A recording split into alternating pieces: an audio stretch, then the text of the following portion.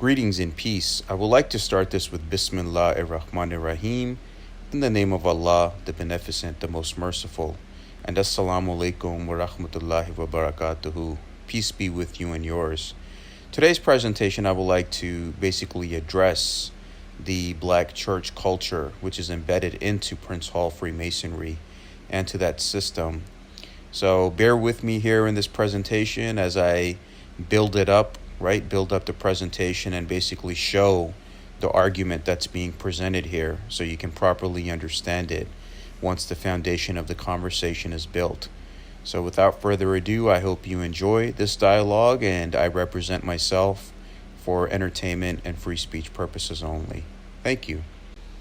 This presentation is intended solely for educational, reflective, and entertainment purposes. It does not promote or discourage participation in Freemasonry or any related organization. All interpretations offered are academic, symbolic, and spiritual reflections.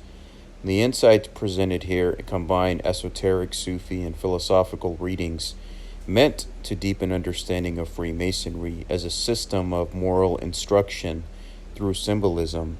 It is not a theological endorsement, but an invitation to contemplation and dialogue. Viewers are encouraged to critically engage with the content, cross-reference historical sources, and interpret the teachings through their own lens of reason, faith, and experience. So this video here and presentation here is not to encourage you to join Freemasonry, as I myself have resigned in good standing and have moved on with my life, but basically to teach you how in different cultures and systems, how the culture is integrated into the system, like with this example, the black culture integrated into Prince Hall Freemasonry. So that's the purpose of this here. This presentation is based upon the written piece by Brother Saliym Hakiym from Prince Hall Lodge number 57 from Philadelphia. He had written a piece called Questions I Have Asked Prince Hall Masons, right? And I had a dialogue with him, which I responded from a Sufi and esoteric perspective. And together we were able to come up with this educational masterpiece on how we explore the philosophical and spiritual roots of Masonry, right? Through the questions, him asking the questions, and then me answering through my perspective to be able to find that common ground. Now, that piece invites the readers to look beyond ceremony and regalia, to rediscover the craft as an initiatic school of enlightenment, and how basically we realize that it's not the ritual alone, right? It's not the learning phase, but the application phase, right? That applies, and you applying those teachings to your life, that builds the true temple within. And it is about reconcile form and essence, that it's beyond a certain specific religion, but a universal language of spiritual ascent. In Freemasonry, profane does not mean sinful or impure. It means one who stands outside the temple. The Latin roots pro and fanum literally signify before the temple. Thus, every human being begins as profane until he steps towards the sacred threshold of inner understanding. This distinction mirrors ancient initiatic language. The profane world represents multiplicity, distraction, and attachment. The sacred world is unity, focus, and discipline. The initiate's journey is a passage from confusion to clarity. Like Sufism's call to leave the world of forms for the world of meaning, Masonry's entrance ritual teaches detachment, not rejection of the world, but transformation of perception. To be divested of all metallic substances is not a theatrical gesture. It symbolizes renouncing prejudice, greed, and ego. In ancient mystery schools, this act prepared the candidate to receive light, unfiltered by worldly desire. Masonry asks its initiates to enter the lodge with openness and humility. The darkness before the light represents ignorance. The first illumination is not external brilliance, but internal awakening. Sufi teachings parallel this transformation. Before one can approach the divine, one must cleanse the heart of attachment. Thus, initiation becomes a metaphor for spiritual birth. a conscious decision to live as a seeker of truth. The point within a circle teaches self-awareness. The point symbolizes the individual soul. The circle, the boundary of perception and understanding. What lies outside the circle remains unknown until the point expands its awareness. This symbol also represents moral restraint, the individual bounded by the precepts of virtue, yet it equally warns against confinement. The initiate must not let custom and bias become a prison. In Sufi cosmology, the same geometry appears as the heart encircled by remembrance, which is zikr. When remembrance expands, the circle grows. The self dissolves into divine awareness. Masonry's light, like Sufi gnosis, is the widening of the circle. Human beings often impose their familiar customs onto spiritual systems. In Masonry, this manifests when members try to fit the craft into cultural or denominational molds, rather than allowing the craft to reshape them. This reversal dilutes Masonry's universality. The initiate's duty is to shed external conditioning and absorb the lessons embedded in its rituals, which exist beyond race, nationality, and creed. True initiation, like true Sufism, is an act of surrender. The seeker must empty himself of self-definition so the light of the great architect can illuminate the interior world. Freemasonry embraces all faiths that recognize a supreme being. It demands moral integrity, not theological conformity. The sacred book on the altar may differ, but the principle of divine unity remains constant. This universality reflects a higher truth, that moral law transcends dogma. As Anderson's Constitutions of 1723 declared, Masonry obliges men to that religion in which all agree, leaving individual belief to conscience. In Sufi terms, this echoes Tawheed, the recognition of oneness beyond forms.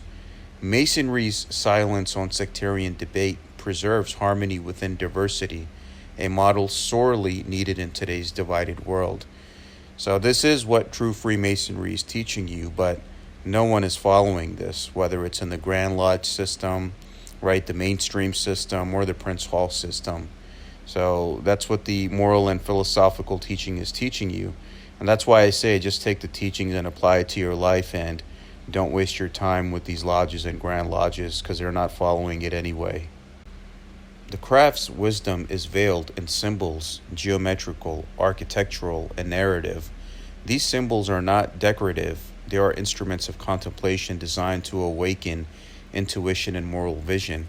Albert Pike wrote that symbols are the language of the soul, understood not through intellect alone, but through inner reflection. Without interpretation, Masonry becomes pageantry without purpose. Sufi sages taught that every sign, ayah, in the world points inward.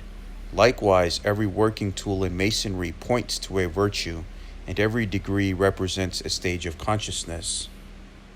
All right, so now that the foundation is built of this conversation, now we get into it. So in the Black community, Freemasonry historically provided dignity, organization, and moral uplift when society denied access to civic equality. Prince Hall Masonry became both a sanctuary and a school of leadership. And as my brother Saliym Hakiym observed, and myself, cultural forms of church life often overshadowed Masonry's initiatic essence, turning it into social ceremony rather than a spiritual discipline. The challenge for modern PHA lodges is renewal, to recover Masonry's deeper light while honoring the legacy that sustained the community through centuries of struggle. These three pillars, love, relief, and truth, summarize Masonry's ethical vision, but they are not its limit. They form the base upon which the inner temple of wisdom is built. To love the brotherhood, to offer relief, and to speak truth is to square the stone of character. But the true Mason goes further, applying these virtues to self-purification and cosmic harmony. As Sufi poets remind us, love without knowledge is sentiment, and knowledge without love is pride. Masonry's balance of heart and intellect leads to both moral and mystical maturity. The conversation between Brother Saliym Hakiym and myself reflects two streams of esotericism, one Western, one Islamic, flowing onto a shared ocean of wisdom, and each uses allegory to speak of the same inward transformation. Both traditions warn against literalism, rituals and words or fingers pointing to the moon, not the moon itself. The initiate's task is to grasp meaning, not merely memorize form. This dialogue invites mutual recognition between traditions and affirmation that truth wears many garments, yet the light beneath them is one. Many observe that Masonic funerals in Prince Hall affiliated communities appear Christian, yet this is often a matter of venue, not doctrine. The ritual itself is non-sectarian and adaptable to any faith. Freemasonry's funeral rite honors the moral labor of the departed, invoking divine mercy without specifying creed. Its prayers are universal, and its solemnity reminds all of life's brevity.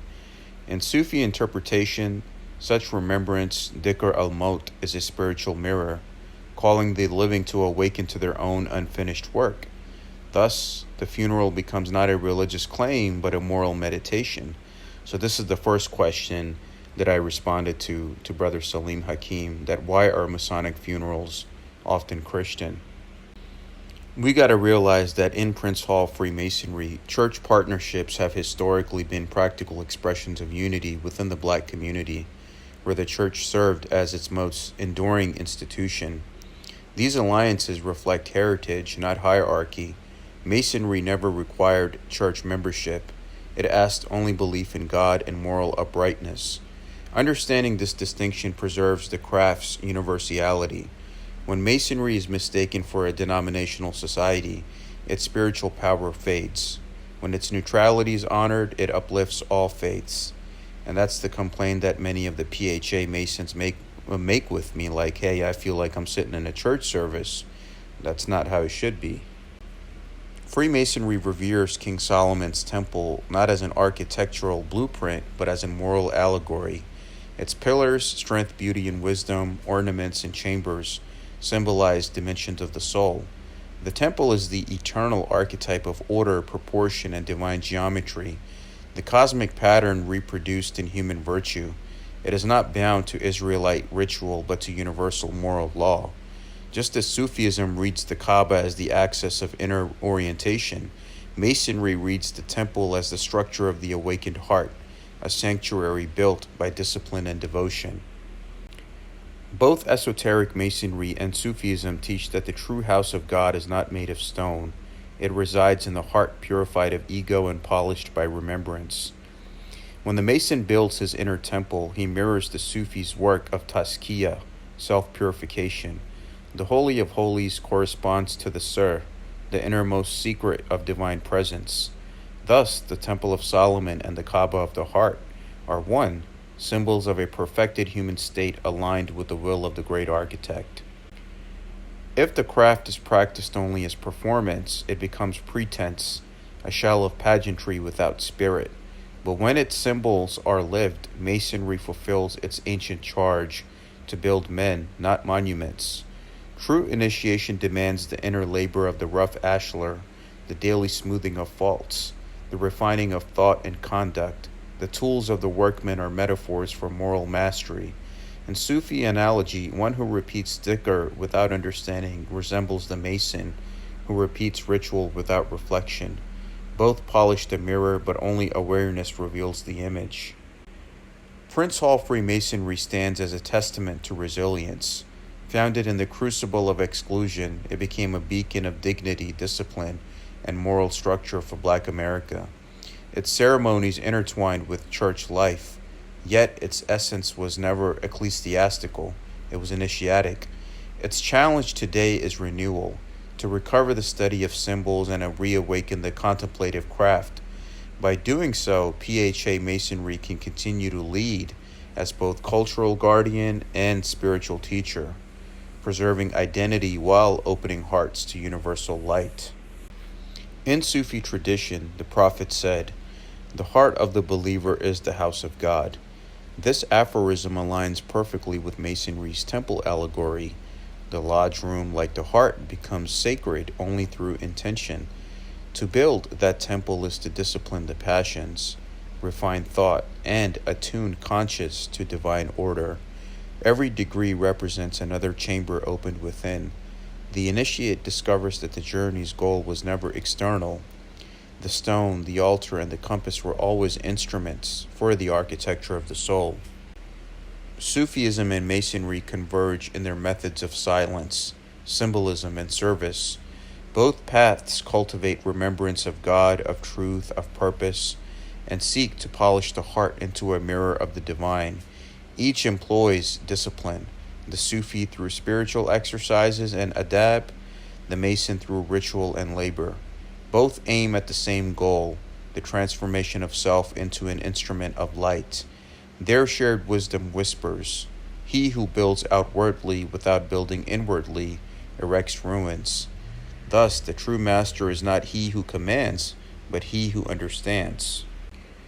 Brother Saliym Hakim's legacy of Prince Hall Lodge No. 57, Philadelphia, exemplified integrity, inquiry, and spiritual courage. His writings challenge complacency and call Masons to rediscover meaning within their work.